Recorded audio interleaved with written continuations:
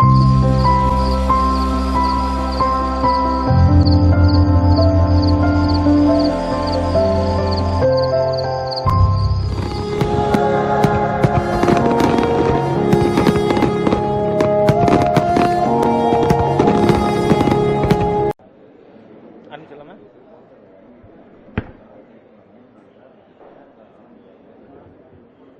தினம்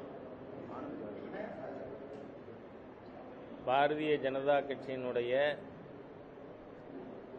உறுப்பினர் புதுப்பித்தல் மற்றும் புதிய உறுப்பினர் சேர்க்கின்ற பணியானது கடந்த 2ஆம் தேதியிலிருந்து நடந்து கொண்டிருக்கிறது.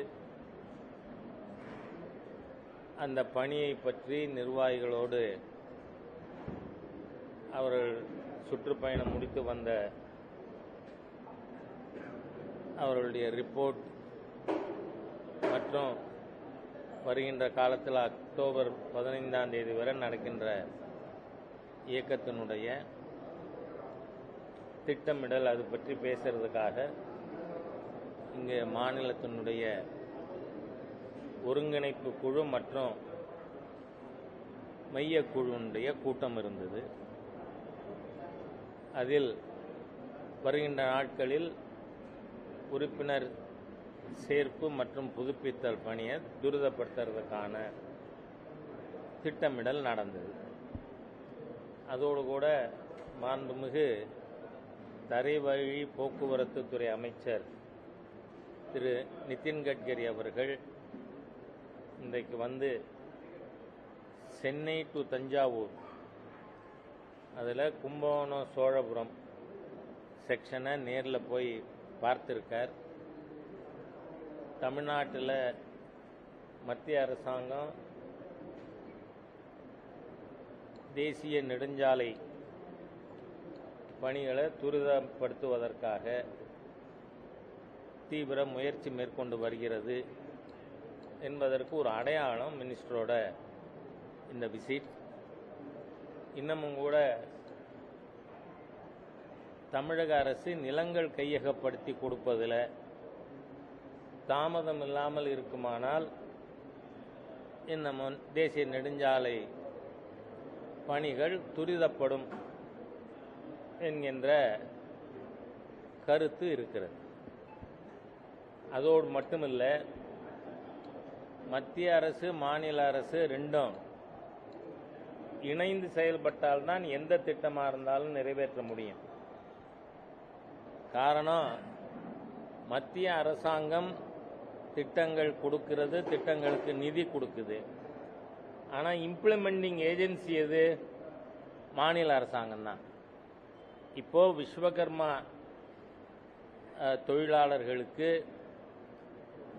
அவர்களுக்கான நிதி உதவி போன்ற திட்டங்கள் மத்திய அரசால் அறிவிக்கப்பட்டிருக்கிறது. ஆனால் அதை இன்னும் மாநில அரசு நோட்டிஃபை பண்ணலை. ஆகவே வர்ற 17ஆம் தேதி விஸ்வகர்மா தினம். ஆகவே அந்த விஸ்வகர்மா தினத்திற்குள் இந்த திட்டத்தை மாநில அரசு நோட்டிஃபை பண்ணினா விஸ்வகர்மா சமுதாய மக்களுக்கு, ஏன்னா இவங்க ஏற்றுக்க மாட்டேங்கிறாங்க, இது ஜாதின்னு நினைக்கிறாங்க. நோ, இது ஒரு தொழில் செய்கிற அமைப்பு. அதனால் அது தங்க தொழிலாக இருக்கலாம், வெள்ளி வேலையாக இருக்கலாம், மர வேலையாக இருக்கலாம், இரும்பு வேலையாக இருக்கலாம். ஆகவே இந்த மாதிரியான பல்வேறு விதமான தொழில்களை செய்யக்கூடியவர்களுக்கான நிதி உதவி திட்டம். ஆகவே மாநில அரசு வருகின்ற 17ஆம் தேதி விஸ்வகர்மா தினத்துக்குள் இந்த மத்திய அரசாங்கத்தின் விஸ்வகர்மா திட்டத்தை நோட்டிஃபை பண்ணணும்னு கேட்டுக்கிறேன். நானா சொல்றதுக்கு தான் இருக்கு, நீங்க எதுவும் கேட்கறதுனா கேட்கலாம். எதிர்பார்த்தேன்.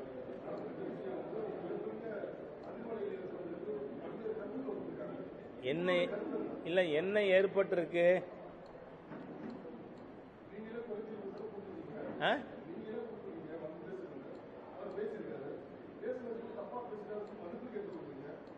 யார் சொன்னா? இங்க பாருங்க, நான் ஒரு விஷயம் சொல்றேன், நீங்க இதை பற்றி தெரிஞ்சுக்க எங்கிட்ட கேட்கலாம். ஆனா நீங்களே ஒரு குற்றச்சாட்டை நீங்க பண்ணிருக்கீங்க, நீங்க அவரை மன்னிப்பு கேட்க சொன்னீங்க அப்படிங்கிறது உங்களுக்கு எப்படி தெரியும்?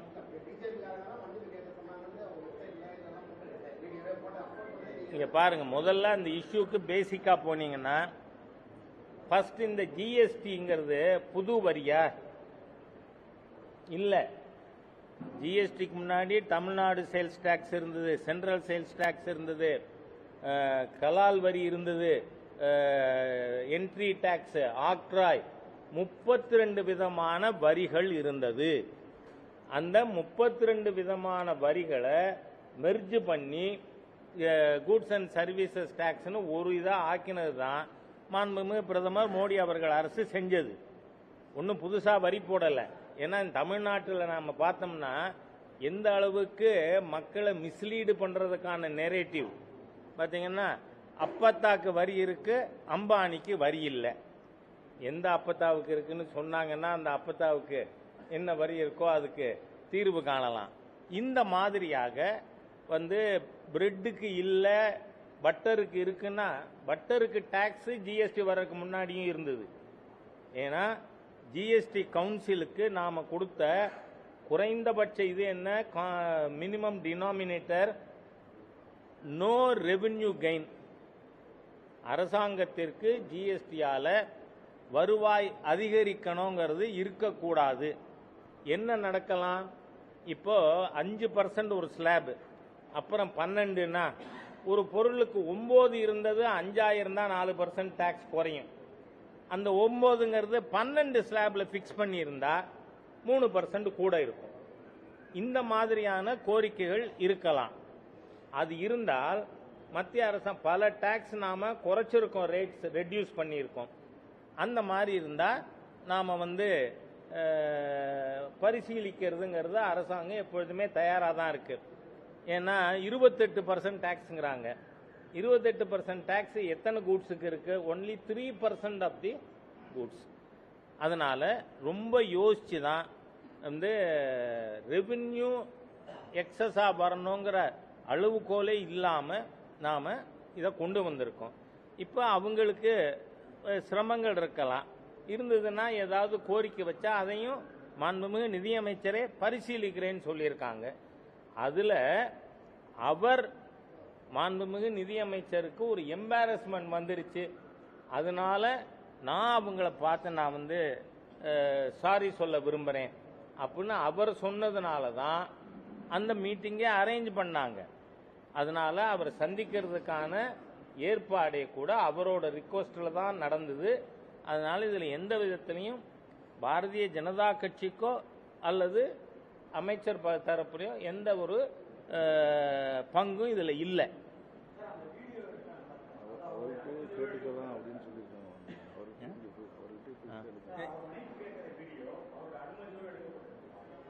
இங்க பாருங்க, இதெல்லாம் ஒவ்வொன்றும் கேள்வி. அவர் மன்னிப்பு பிரஸ் கான்ஃபரன்ஸ் நடக்கிறதுக்கு முன்னாடி கேட்டிருக்காரு அமைச்சர்கிட்ட. என்ன, அதனால நீங்க எல்லாருமே நான் என்ன சொல்றேன், எப்படியாவது ஆன்டி சென்டர் ஆன்டி பிஜேபி நேரேட்டிவை எப்படி ஜிஎஸ்டிக்கு ஏதோ இந்த அரசாங்கம் குத்தம் பண்ணது மாதிரியா அப்பத்தாக்கு டாக்ஸ் அம்பானிக்கு டாக்ஸ் இல்லைன்னு, எந்த கூட்ஸும் அம்பானிக்கு டாக்ஸ் இல்லை அப்பத்தாக்கு இருக்கு. அதை நாம எல்லாரும் ரிலே பண்றோம்ல. அப்படி ஒருத்தர் பேசுறாருல்ல, சர்வ முட்டாள்தனமான பேச்சு அது. இல்ல ஒத்துக்கிறீங்களா? ஏன்னா அப்பத்தாக்கு வரி அம்பானிக்கு வரி இல்லைங்கிற நேரேட்டிவ், இது ஆன்டி சென்டர் நேரேட்டிவ் செட் பண்ணணுங்கிறதுக்காக. அதனால உங்களுக்கு இதுல ஏதாவது டவுட் இருக்குமானால் நீங்க கன்சர்ன்ட் பர்சன்டே கேட்கறதுல எனக்கு ஏதாவது ஆட்சேபனை இருக்க முடியுமா? இல்ல. அதனால இந்த இஷ்யூவை எப்படியாவது ஒரு ஆன்டி சென்டர் நேரேட்டிவை செட் பண்ணி பண்ணணும்னு நினைக்கப்படாது. அதனால லீவ் இட். அவர் வந்தார், கேட்டார், அவரோட அனுமதியில தான் ஏற்பாடானது அப்படின்னு நான் சொன்னால், ராஜா இந்த மாதிரி சொன்னார்னு நீங்க ரிப்போர்ட் பண்ணலாம். இது ஒன்றும் கோர்ட் இல்ல, கிராஸ் எக்ஸாமினேஷன் இல்ல. நான் என்னோட கருத்தை சொல்லிட்டேன். அதோடு கூட நீங்க அவரையே போய் கேட்டுக்கலாம்.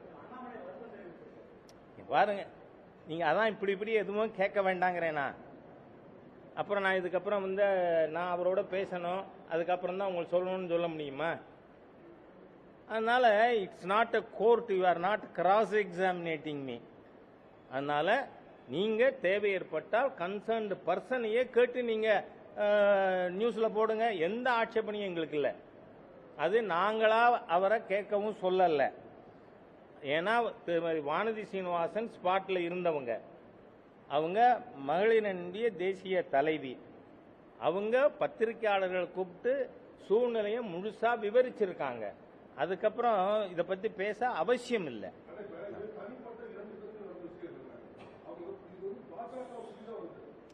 பாருங்க, பாஜக தான் ஆட்சியில் இருக்கு.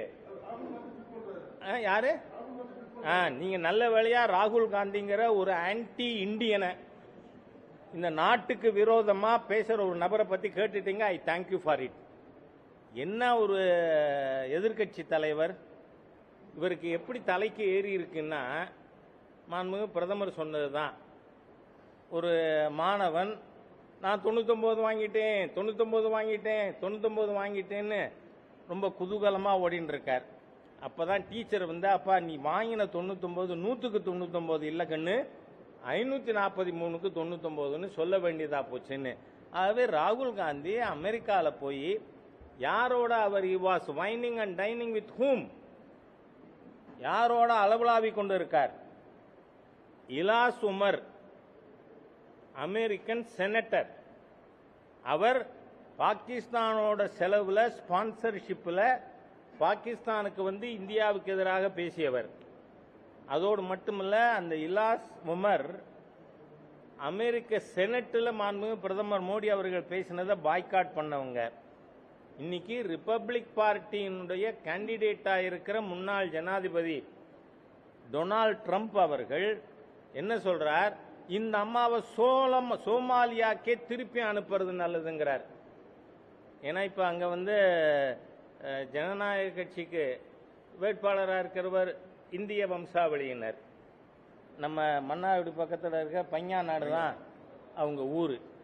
அந்த மாதிரியா இந்த அம்மா சோமாலியாலேருந்து வந்த இந்திய விரோத சக்திகள், இந்த நாட்டுக்கு எதிரான சக்திகளோட ஹாப்னாபிங் வித் தம்.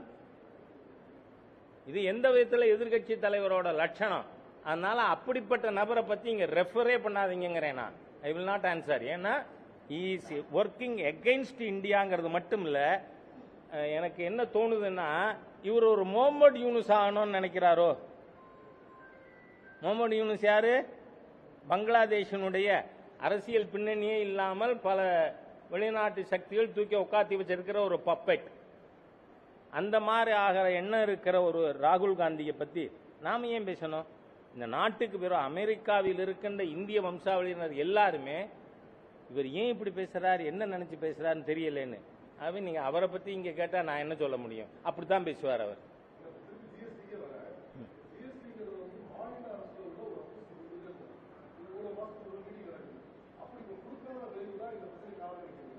இங்க பாருங்க, ஜிஎஸ்டி கவுன்சில் 17 கூட்டங்கள் நடத்தின பிறகு 1200க்கு மேற்பட்ட types of goods and services, அதனுடைய ஒவ்வொரு ரேட்டும் மாநிலங்களுடைய நிதி அமைச்சர்கள் கொண்ட ஜிஎஸ்டி கவுன்சில் அவங்க அப்ரூவ் பண்ணி தான் எல்லா ரேட்டும் கூட ஃபிக்ஸ் ஆச்சு. நீங்க மாநிலங்களை கேட்காமன்னு சொல்றது எந்த விதத்திலும் பொருத்தமானது இல்லை.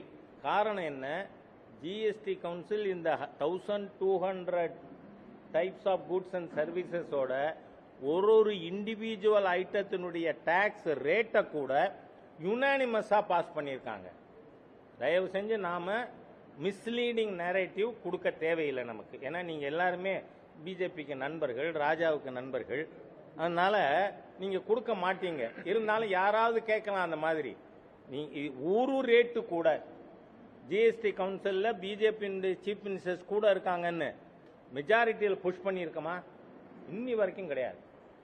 இன்னி வரைக்கும் அது இது ஜூன் 17 2017 அன்னைக்கு ஜிஎஸ்டி பார்லிமெண்ட்ல அப்ரூவ் ஆனது வரை மட்டும் இல்லை, அதுக்கப்புறம் நடக்கிற ஜிஎஸ்டி கவுன்சில் கூட்டத்தில் கூட ஒரு விஷயமும் நாம புஷ் பண்ணல. மெஜாரிட்டியில எல்லாமே யுனானிமஸா நடத்தி இருக்கு. அப்படின்னா என்ன அர்த்தம்? எவ்வரி ஸ்டேட், அது கம்யூனிஸ்டா இருக்கட்டும், திரிணமூலா இருக்கட்டும், டிஎம்கேயா இருக்கட்டும், அதுக்கு முன்னாடி ஏடிஎம்கேயா இருக்கட்டும், எல்லா மாநில நிதி அமைச்சர்கள் பங்கு பெற்று ஏகமனதாக முடிவெடுத்தது தான் இன்னைக்கு நடந்து கொண்டிருக்கு. இந்த பொருளுக்கு இந்த ரேட்டுங்கிறது கூட திமுகவுக்கும் அதில் பங்கு இருக்கு, அதிமுகவுக்கும் பங்கு இருந்தது, கம்யூனிஸ்டுக்கு பங்கு இருக்கு, திரிணாமுலுக்கு பங்கு இருக்கு, ஆகவே ஆம் ஆத்மிக்கு பங்கு இருக்கு. எல்லா கட்சி சீஃப் மினிஸ்டர்ஸ் ரெப்ரசன்டேட்டிவ்ஸ் ஒரு மாநிலத்துக்கும் அந்தந்த ஆளுங்கட்சியினுடைய பிரதிநிதி கவுன்சிலில் இருக்காங்க. அவர்களுடைய ஏகமனதான ஒப்புதலுக்கு பிறகுதான் எல்லாமே முடிவு செய்யப்படுது.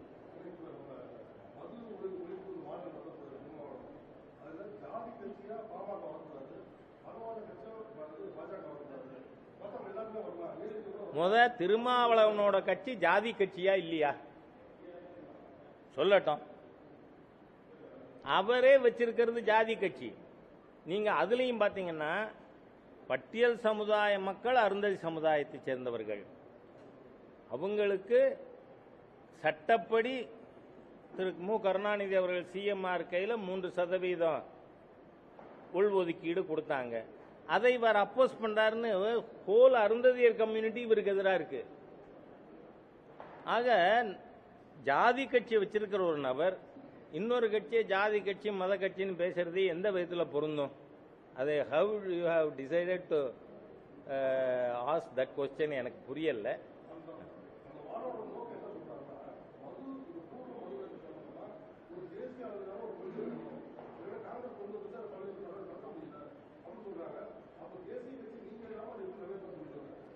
இப்போ பெட்ரோலுக்கு ஜிஎஸ்டியில் வந்திருக்காது, பெட்ரோலியம் ப்ராடக்ட்ஸ் ஜிஎஸ்டியில் வரல. அது தவிர இன்னும் ஒரே ஒரு பொருள் ஜிஎஸ்டியில் இல்லை. என்னது? Human consumption alcohol. Industrial consumption கூட ஜிஎஸ்டியில் வந்துடுது. ஆனால் ஹியூமன் கன்சம்ஷன் ஆல்கஹால் ஜிஎஸ்டியில் வரல. இது முழுக்க முழுக்க மாநில பட்டியலில் தான் இருக்கு. இதில் மத்திய அரசாங்கம் சட்டம் இயற்றணும்னா ஒன்று இதை கன்கரண்ட் லிஸ்ட்டுக்கு கொண்டு போகணும். கன்கரண்ட் லிஸ்ட்டுக்கு ஹியூமன் கன்சம்ஷன் ஆல்கஹால் போகாமல் நாம் இதில் சட்டம் இயற்ற முடியாது. அதனால அதுக்கு இவர்களோட கூட்டணி கட்சி இங்கே ஆட்சியில் இருக்கிற திராவிட முன்னேற்ற கழகம் ஒத்துக்கிறதா சொல்லுங்க. மற்ற மாநிலங்கள் அதை பற்றி அப்புறம் நம்ம பேசலாம். காரணம் whole subject is with state. அதனால சென்டர் இதில் ஒரு இன்னாக்ட்மெண்ட் கொண்டு வர முடியாது. ஆனால் அவர் ஏன் பிஜேபியை கூப்பிட மாட்டேங்கிறாருன்னு நான் நினைக்கிறேன்னா, ராஜா மாதிரி டீட்டோரில் இருக்கிற கட்சி அதை போய் நாம் ஏன் கூப்பிடணும்? அனாவசியம் தானே. தண்ணி அடிக்கிறவனை கூப்பிட்டு தண்ணி அடிக்காதுன்னு சொல்லணும் அவசியம் இருக்கு. ராஜா மாதிரி இருக்கிற ஆட்களை கூப்பிட்டு ஏன் சொல்லணும்? அப்படி நினைச்சிருக்கலாம், வேற ஒன்றும் இல்லை.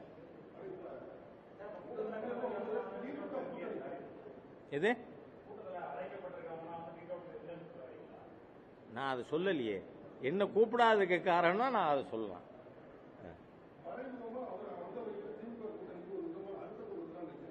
பாருங்களேன், இந்த மாநாட்டில் நான் எல்லாரையும் கூப்பிடுறேன் அப்படின்னு சொல்றது எதுக்காக இருக்கலாம்?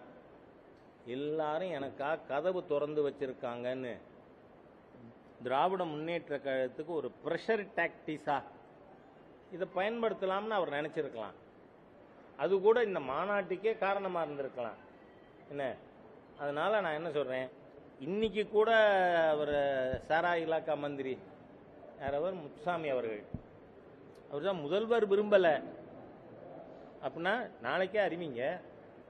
யாரை ஏமாத்துறதுக்கு? இவங்க ஆட்சிக்கு இந்த 3 ஆண்டுகளில் ஒரு மது கடையாவது டாஸ்மாக் ஷாப்பாவது குறைச்சிருக்காங்களா? இல்லை. அதனால அப்படி இருக்கிறத யாரை ஏமாத்துறதுக்கு திரு முத்துசாமி அவர்கள் இந்த முதல்வர் விரும்பலன்னு அப்படின்னா யார் விரும்புறாங்க? மது பிரியர்களா? இவர் தான் வந்த உடனே சொன்னார் குடிகாரன்னு சொல்லக்கூடாது. இவர் தானே சொன்னார். நல்ல வேலை, ஞாபகம் என்னது கரெக்டா இருக்கு. இவர் தான் சொன்னார் மது பிரியர்கள் அப்படி சொல்லணும்னு. அதனால் நீங்க அவங்களையே கௌரவப்படுத்தணும்னு நினைக்கிறவங்க, அப்போ இந்த அரசாங்கம் முதலமைச்சர் குடிக்கு எதிராக இருக்கார் அப்படின்னா அது யார் ஏத்துக்கிறது? இந்த அரசாங்கம் குடி மாத்திரம் இல்லைங்க. இப்போ 3 நாள் முன்னாடி ஒரே நாளில் 6 கொலை நடந்தது. ஸ்பொராடிக், தமிழகம் முழுக்க ஒரு இடத்துல இல்லை.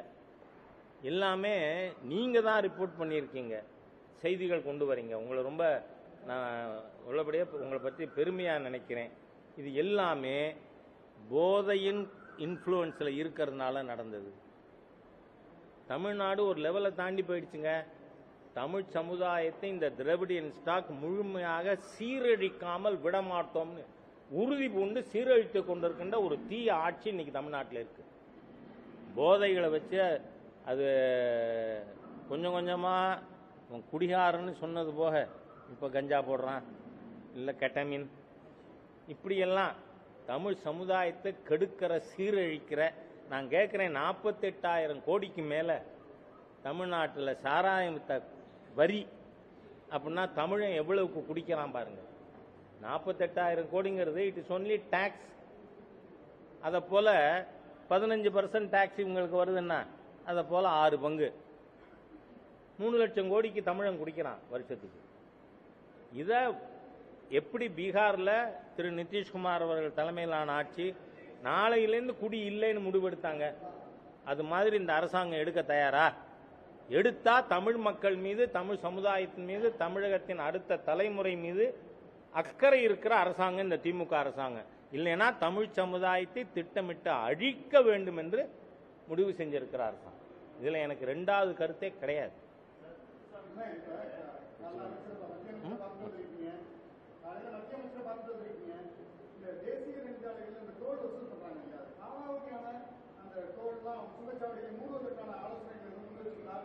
இல்லை, ஏற்கனவே அமைச்சர் அவர்களிடம் இது பற்றி பேசி இருக்கு.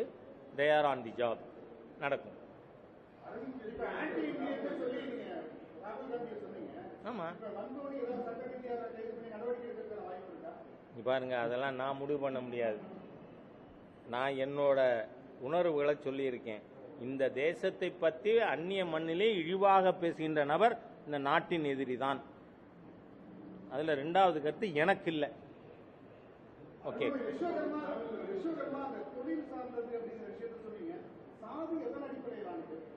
பாருங்களேன், நாம் இதெல்லாம் விவாதம் பண்ணோம்னா நான் ரெடி. அதுக்கான நேரம் வேணும். நீங்க வர்ணாசிரமம் பற்றி கண்ணபிரான் கீதையில் என்ன சொல்லியிருக்கான், அதையே வள்ளுவர் திருக்குறளில் சொல்லியிருக்கார். கண்ணன் கீதையில் என்ன சொல்றார்?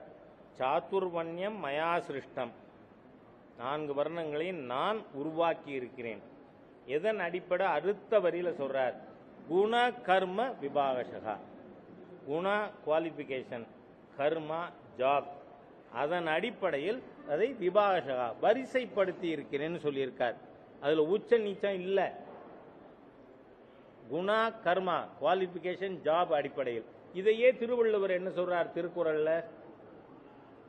பிறப்போக்கும் எல்லா உயிர்க்கும். நம்ம அதுலயும் பாதிய பேசுறோம், இதுலயும் பாதிய பேசுறோம். காரணம், ரொம்ப பேர் அறகுற படிப்பாளி. அதனால அவர் வள்ளுவர் என்ன சொல்றாரு? பிறப்புக்கும் எல்லா உயிர்க்கும் சிறப்பு ஒவ்வா செய்தொழில் வேற்றுமையான். அந்த சிறப்பு எதுல இல்ல? செய்யும் தொழிலில் இல்லை. வள்ளுவர் சொன்னதும் கண்ணன் சொன்னதும் ஒண்ணுதானேங்க. அதனால நான் உங்களுக்கு இந்த விஸ்வகர்மா நாம கொடுக்கறது அந்த வேலை செய்பவர்களுக்கு. அதனால தேங்க்யூ.